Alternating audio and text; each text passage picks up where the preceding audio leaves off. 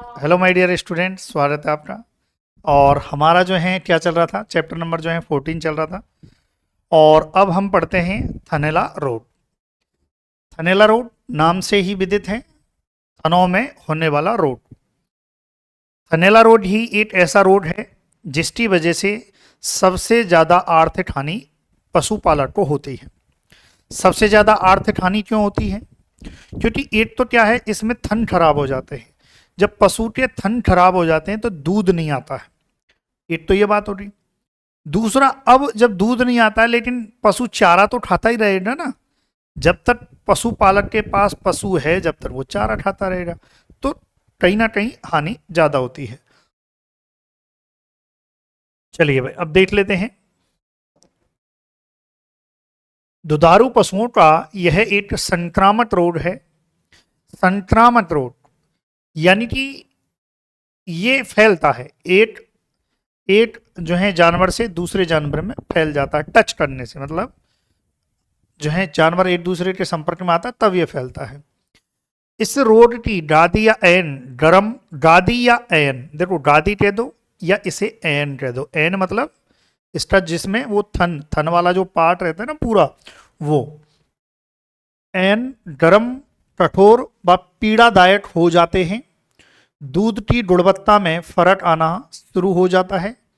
अगर इस समय पशु को इलाज दे दिया जाता है, ध्यान से सुनना, अगर इस समय पशु को इलाज दे दिया जाता है तो 2 से 3 दिन में पशु स्वस्थ हो जाता है।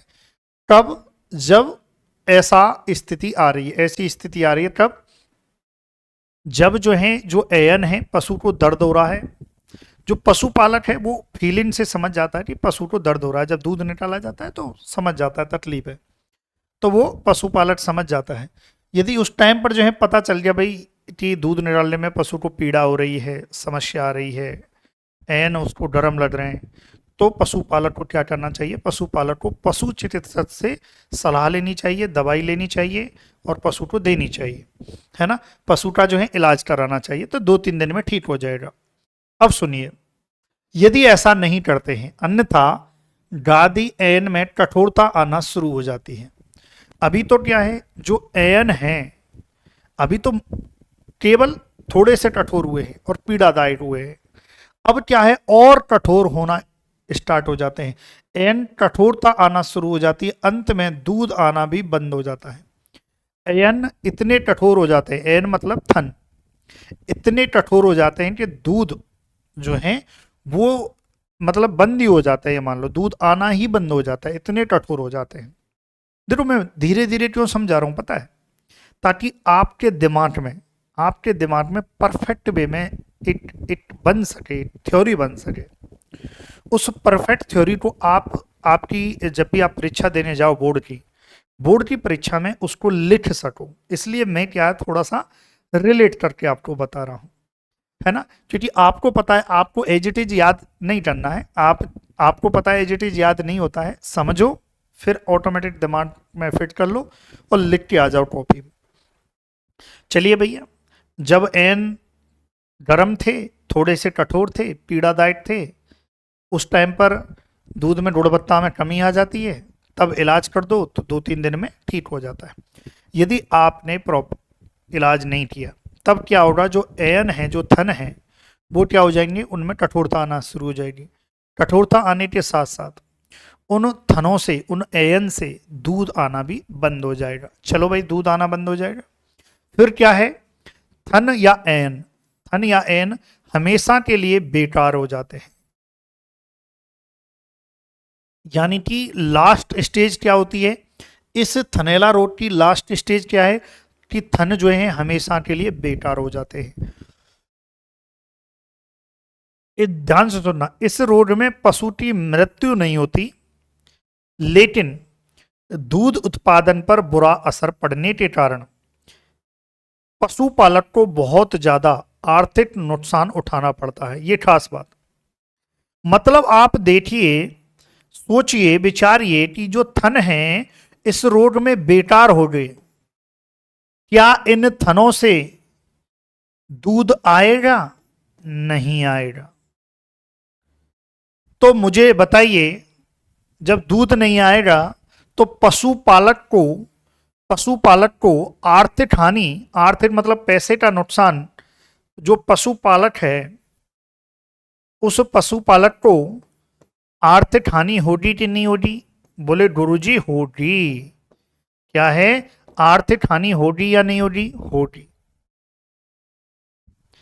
लाइक कर दो भाई, जल्दी से लाइक करो, चैनल को सब्सक्राइब करो, जल्दी लाइक करो। अब देखिए, मानव स्वास्थ्य की दृष्टि से दूध के माध्यम से क्षय रोग, ब्रुसेलोसिस, गर्भपात आदि जैसे रोग मनुष्य में फैलने की संभावना रहती है। एक और खास बात, थनैला रोग हो जाता है ना, तो यदि थनैला रोग हो जाता है और उस पशु का, जो पशु किससे ग्रसित है?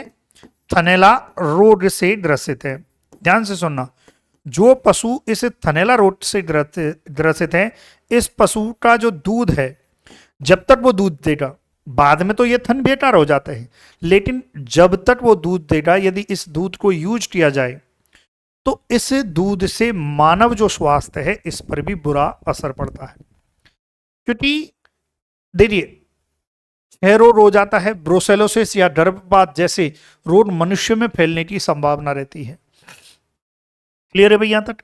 चलो लाइक कर दो, जल्दी से चैनल को सब्सक्राइब कर दो, और आपके जितने भी फ्रेंड हैं, आपके जितने भी क्लास में विद्यार्थी हैं, उन सभी विद्यार्थियों से चैनल को सब्सक्राइब करवा दो। चलिए भाई आगे बढ़ते हैं, क्योंकि इतनी शानदार तरीके से एक्सप्लेनेशन आपको राजस्थान में कहीं नहीं मिलेगा, ये ध्यान रखना है, राजस्थान में आपको कहीं नहीं मिलेगा। संक्रमण फैलने का तरीका, कि आखिर थनैला रोग फैलता कैसे है? तो देखिए, थनों के दुग्ध मार्ग से संक्रमण थनों में जाता है। एक्चुअली क्या है, आपको यह पता होना चाहिए कि जो थनैला रोग होता है, जिसे इंग्लिश में क्या कहते हैं? मैस्टाइटिस। ये भी याद रखना, ये भी आपके क्वेश्चन आता है। आप यहां पर हिंदी में आप इसको नोट डाउन कर लो, मैस्टाइटिस। मैस्टाइटिस किसका अन्य नाम है? थनैला रोग का। ये खास बात है। तो थनैला रोग होता किससे है? ये होता है जीवाणु द्वारा। किसके द्वारा? जीवाणु द्वारा। तो जो जीवाणु होते हैं, ये जो थन होते हैं जिनसे दूध निकलता है, उस रास्ते ये जीवाणु अंदर प्रवेश कर जाता है और ये रोग हो जाता है। क्लियर है? चलो आगे बढ़े भाई, चलो भाई, है ना? चलिए ये बात हो रही। दूसरा देखिए, पशु बांधने की जगह प्राय गंदा होना, गंदे हाथों से दूध निकालना। देखो और क्या कारण हो सकता है? हो सकता है जहां पर आपने पशु को रखा है वो जगह गंदी हो सकता है जो पशुपालक दूध निकाल रहा है, हो सकता है जो पशुपालक दूध निकाल रहा है उसके हाथ खराब हो, गंदे हाथ हो। तो इसलिए हमेशा पशुपालक को जब भी दूध निकालना है तो हाथ धो के दूध निकालना चाहिए। और आ जाइए, दूध निकालने के बाद प्राय दूध की बूंद थन पर लगी होती है, और जब पशु नीचे गंदे फर्श पर बैठता है तो संक्रमण हो जाता है। एक और बात देखिए, जब दूध निकाला जाता है तो दूध की कोई भी बूंद, जब दूध निकालेंगे तो दूध की जो बूंदें हैं वो यदि थन पर लगी हुई रह जाती हैं, थन पर लगी हुई रह जाती हैं, जब पशु नीचे गंदे फर्श पर बैठता है तो संक्रमण हो जाता है। ये ध्यान रखें। तो क्या हो जाता है? संक्रमण हो जाता है। तो इसलिए पशुपालक को क्या करना चाहिए? दूध निकालने से पहले भी थनों को धोना चाहिए और दूध निकालने के बाद भी थनों को धोना चाहिए, ताकि थनैला रोग ना हो। और आ जाइए, थन या एयन को चोट लगने से, जो थन है और एयन है उसमें यदि चोट लग जाए तो चोट लग जाएगी तो जीवाणु क्या करेगा? ये अटैक कर देगा। जीवाणु थन पर जो चोट लगने वाली जगह है उस पर अटैक कर देगा और अंदर चला जाएगा। ये भी देखिए, गलत विधि से दूध निकालने पर भी थनैला रोग हो जाता है।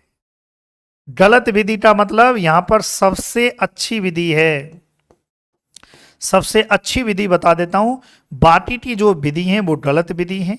सबसे अच्छी विधि है full hand method, full hand method यानी कि पूर्ण हस्त विधि, हस्त विधि जिसे क्या कहा जाता है, जिसे फिस्टिंग भी कहा जाता है। पूर्ण हस्त विधि से दूध निकालना चाहिए। पूर्ण हस्त विधि के अलावा चुटकी विधि, अंगूठा विधि, यदि इन विधियों से दूध निकाल रहे हैं तब भी थनैला रोग होने के चांसेस रहते हैं। क्लियर है मेरे लाडलो? चलो भाई आ जाओ। हाँ भाई, अब देख लेते हैं रोग कारक। हम क्या पढ़ रहे हैं? हम पढ़ रहे हैं थनैला रोग। कौन सा पढ़ रहे हैं भाई? ये ध्यान रखना, थनैला रोग। थनैला रोग का रोग कारक क्या है? यह रोग प्राय जीवाणु, कवक, सूक्ष्म प्लाज्मा आदि से हो सकता है, लेकिन मुख्य रूप से, ध्यान से सुनना, लेकिन मुख्य रूप से जीवाणु इसके लिए उत्तरदायी है। अगर आपसे पूछा जाए, अगर आपसे पूछा जाए कि थनैला रोग होता किससे है, थनैला रोग जीवाणु से होता है, और उस जीवाणु का नाम क्या है यदि पूछा जाए? स्ट्रेप्टोकोकाई एडिलेट्सिया। क्या नाम है? स्ट्रेप्टोकोकाई एडिलेट्सिया इसका क्या होता है? नाम होता है। किसका भाई? इस जीवाणु का जो थनैला रोग करता है। और देख लेते हैं क्या है। यह रोग देसी नस्ल की गायों की अपेक्षा संकर नस्ल की गायों में अधिक होता है। यह भी खास बात है।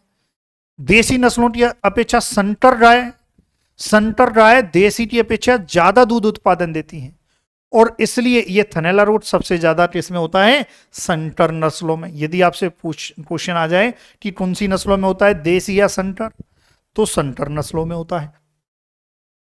और आ जाइए, जीवाणु का नाम पता होना चाहिए, 100% पता होना चाहिए कि जीवाणु का नाम क्या है? स्ट्रेप्टोकोकाई एडिलेट्सियाई है। प्रभावित अन्न पे आ जाइए। अब ये तो बताने की जरूरत नहीं है प्रभावित अन्न क्या है। प्रभावित अन्न ऑब्वियसली बात है, जब हम पढ़ रहे हैं थनैला रोग तो प्रभावित अन्न क्या रहेगा? थन या एन रहेगा। तो इस रोग में, थनैला रोग में क्या प्रभावित रहेगा? थन या एन प्रभावित रहेगा। थन एन पर सूजन व कठोरता आ जाने से, ध्यान से सुनना, ध्यान से सुनना, और क्या बात लिखी रही है? थन या एन पर क्या आ जाए? सूजन आ जाए, कठोरता आ जाए, जो कि थनैला रोग में आती है।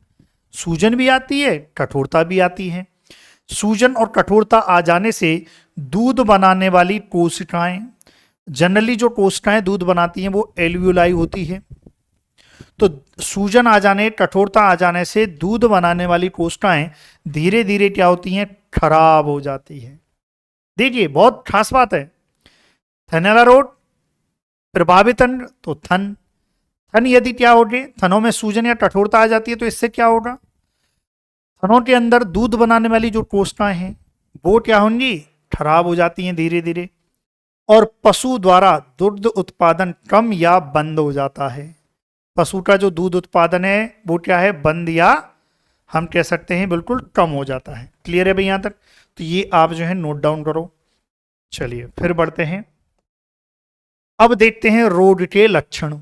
अब ये तो देखो सबको पता है रोग के लक्षण क्या क्या हैं। यदि मैं बात करूं रोग के लक्षणों की, तो देखिए एन या थन में सूजन, कठोरता, दर्द होना, हाथ लगाने पर गर्म महसूस होना। भाई जब थन में एक तो सूजन आ जाएगी, कठोरता आ जाएगी, बार बार मैं बता रहा हूं, सूजन आ जाएगी, कठोरता आ जाएगी, और जब भाई सूजन और ये आएगी तो ऑब्वियसली बात है दर्द तो होगा। और मैंने ये भी बताया कि कैसे महसूस होंगे? वो गर्म महसूस होंगे। हाथ से जब थन को टच करोगे तो गर्म महसूस होंगे, कठोरता महसूस होगी, सूजन आ जाएगी, ये याद रखना है। फिर आ जाइए, और क्या है? दूध आना कम हो जाता है। दूध आना कम हो जाएगा। दूध के रंग में परिवर्तन होता है, पहले हल्का पीला, फिर धीरे धीरे लाल, और अंत में दूध फटे दही जैसा। ये खास बात है इसकी। क्या है? पहले दूध कैसा हुआ? तो लाडलो पहले हुआ हल्का पीला। चलिए बहुत अच्छी बात है। फिर कैसा हो जाता है? लाल रंग का हो जाता है। फिर कैसा हो जाता है, दूध फटे दही जैसा। क्लियर है? तो ये ध्यान रखना है, थनैला रोड में दूध का जो कलर होता है, मिल्क जो कलर होता है, वो कैसे चेंज होता है।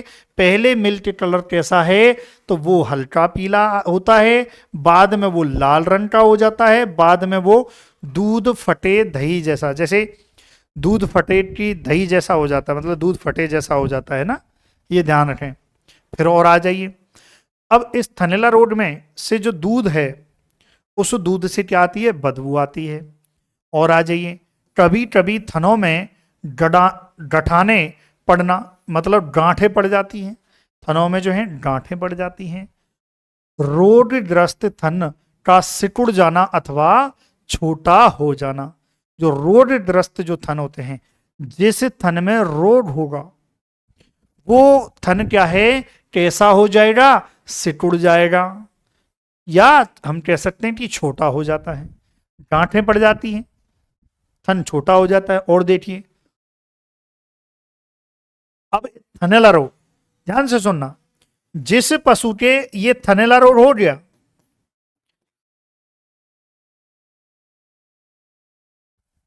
थनैला रोग हो चुका है, अब उस पशु के जो थन होंगे, उसमें से जो दूध निकलेगा, दूध छेने के पानी जैसा हो जाता है। जब दूध, ध्यान से सुनना, जब दूध निकाल रहा है पशुपालक, और उसने देखा यार ये तो ऐसा है जैसे छेने का पानी जैसा, बिल्कुल पतला और फटा सा, तब 100% पशुपालक समझ जाएगा कि भैया ये तो थनैला रोग हो गया है, पशु को इलाज कराना होगा। तो क्या हो जाता है, दूध छेने, छेना होता है ना, छेना कभी खाया हो आपने, फटे हुए दूध से निकालते हैं, छेना है ना। चलिए, तो दूध छेने के पानी जैसा हो जाता है, और उसमें दूध के थक्के, ध्यान से सुनना, उसमें दूध के थक्के, खून तथा मवाद के थक्के नजर आते हैं। ये खास बात है। अगर आपसे क्वेश्चन आ जाए कि दूध, पशु से दूध कैसा आ रहा है, बिल्कुल छेने के पानी जैसा, और कैसा आ रहा है, दूध में थक्के आ रहे हैं, दूध के थक्के आ रहे हैं, दूध में खून आ रहा है, दूध में मवाद के थक्के आ रहे हैं, तो अब क्या समझ जाना कि भैया पशु के क्या हो गया, थनैला रोग हो गया। क्लियर है भाई? यहां तक क्या क्या है, देखिए ये बात हो गई, थनों में गांठें पड़ जाती हैं, और रोगग्रस्त जो थन होता है वो सिकुड़ जाता है, ये बताया मैंने। और क्या बताया, जो दूध का रंग है वो पहले कैसा, पहले कैसा, बोलो बोलो, हल्का पीला, फिर कैसा, लाल, और फिर कैसा, दूध फटे दही जैसा हो जाता है। तो बार बार रिवीजन करोगे ना तब याद होगा, है ना। ये मैंने बता दिया, देखो सूजन आएगी, कठोर हो जाएगा, दर्द होगा, हाथ लगाने पर गर्म महसूस होगा। क्लियर है भाई? चलो लिखो इसे, फिर आगे बढ़ते हैं। अब देख लेते हैं उपचार, इसका जो है उपचार क्या है। देखिए, उपचार है एंटीबायोटिक, एंटीबायोटिक सुबह शाम दें, इंजेक्शन एम्पिसिलिन, क्लोटासिलिन 3 ग्राम अंतःपेशी आपको देना है। किस रोग में हम क्या पढ़ रहे हैं ये ध्यान होना चाहिए, हम पढ़ रहे हैं थनैला रोग। थनैला रोग में एंटीबायोटिक सुबह शाम दें, फंगस एंटीबायोटिक, अब देखो फंगस एंटीबायोटिक दें, इंजेक्शन टाइसिन दें, दर्द व सूजन के लिए इंजेक्शन मेलोनेक्स दें, इंजेक्शन एविल दें। अब इसमें क्या है, आपको 2-4 इंजेक्शन और 2-4 चीजें आपको याद रखनी है, और मैंने पहले ही बताया है, आप क्या करो, किसी भी रोग का उपचार किसी एक का याद रख लो, और उस एक का रोग का उपचार जो है सब में लिख के आ जाना। इसमें तो 4-5 दवाई तो लिखनी है, एम्पिसिलिन है, टाइसिन है, मेलोनेट्स है, एविल है, ये लिखना है। बाकी तो 2-4 चीजें जो रोग के अनुसार देख लो आप। जैसे यहां देखो, संक्रमित थन से सारा दूध निकालकर मेस्टाइटिस ट्यूब सुबह शाम थन पर चढ़ाएं, जरूरत होने पर थन में 5 ml OTC भी चढ़ा दें। है ना, ओटीसी चढ़ाते हैं ना। अब देखिए इसमें क्या है, एक मेस्टाइटिस ट्यूब आती है। मैंने अभी जस्ट आपको बताया था थनैला रोग का दूसरा नाम क्या है, तो थनैला रोग का दूसरा नाम है मेस्टाइटिस। और इसी प्रकार से मेस्टाइटिस ट्यूब होती है जो थन पर चढ़ा दी जाती है। पशु जब जमीन पर बैठता है तो उससे क्या है, पशु के बचाव हो जाता है, ये बात है। और देखिए गादी गर्म होने पर, गादी मतलब जो एयन है, गादी मतलब एयन, गर्म होने पर दिन में 5 से 6 बार ठंडे पानी का छिड़काव करें। यदि गादी एयन ठंडी हो तो गर्म पानी का छिड़काव करें। एयन गर्म है तो ठंडे पानी का, एयन जो है ठंडे हैं तो गर्म पानी का, है ना, दोनों स्थिति देखने को मिलती है। तो उपचार में क्या है आप, हाँ ये थोड़ा सा यहाँ पर थोड़ा डिफरेंट हो जाएगा भाई। मेस्टाइटिस ट्यूब किस रोग में चढ़ाते हैं, तो मेस्टाइटिस ट्यूब चढ़ाते किस रोग में है, थनैला रोग में। किस पर चढ़ाते हैं, थनों पर चढ़ाते हैं। अब और आ जाइए, चलिए क्या है अब, रोग से बचाव। हम क्या पढ़ रहे हैं, थनैला रोग। पशुशाला और दूध निकालने वाला ग्वाला साफ सुथरा होना चाहिए। भाई सीधी सी बात है, जो दूध निकाल रहा है थनैला रोग में, या सॉरी पशुओं के जो दूध निकाल रहा है जो ग्वाला है वो साफ सुथरा होना चाहिए।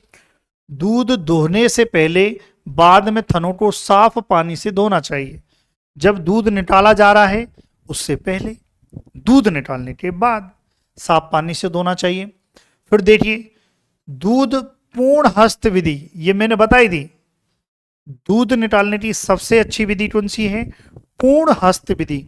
ध्यान रखना है, तो दूध पूर्ण हस्त विधि व सही समय पर निकालना चाहिए, है ना, ये ध्यान रखना है। थन या एन के घाव या चोट का उपचार तुरंत करा दें।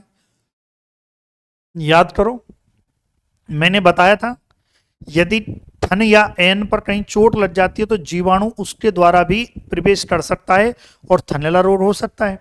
इसलिए जैसे ही थन या एन पर चोट लग जाए तो क्या करो, तुरंत उपचार कर दो। हमेशा स्वस्थ पशु का दूध पहले, रोगी पशु का दूध बाद में निकालें।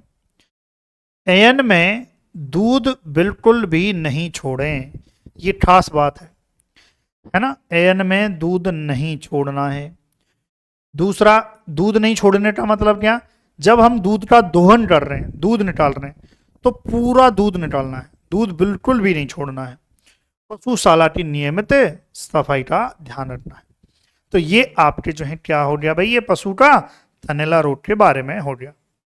वीडियो कैसी लगी कमेंट जरूर करना, लाइक जरूर करना और चैनल को सब्सक्राइब जरूर करना। मिलते हैं अगली क्लास में। Thank you so much for watching video. Thank you so much.